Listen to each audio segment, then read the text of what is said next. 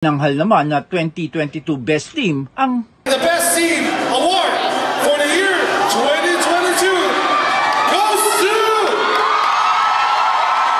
congratulations team Evangelista! Evangelista! Congratulations team Evangelista!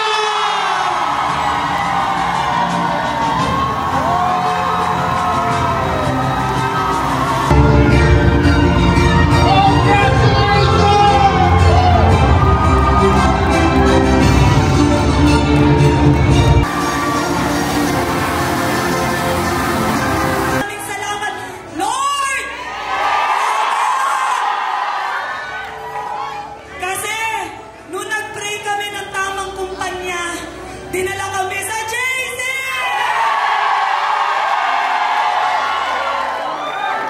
Wala pa pong House of Franchise. JC pa lang. Sobrang taas na ng paniniwala namin.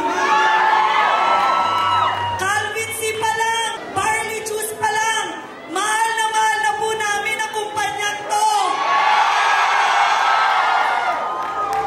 Mas lalo lang tumindi nung nag-pandemic. Kasi yung nakikita niyo po ngayon, eto yung mga taong hindi pinabayaan ni na Boss Joe at ni Boss Carl.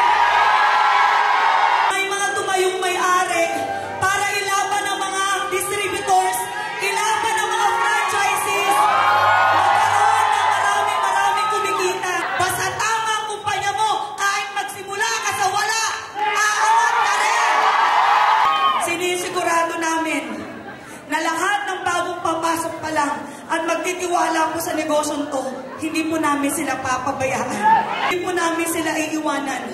Kagaya ng turo ng mga owners namin, keep helping. Keep helping. Tumulong sa tao, iangat ang tao, we will still do it. And I want to honor God. Makulit man kami sa labas, masaya man kami sa labas, ganito man kami sa labas, pero sa loob, mahirap tibagin ang isang grupo na siya ang kasama agad.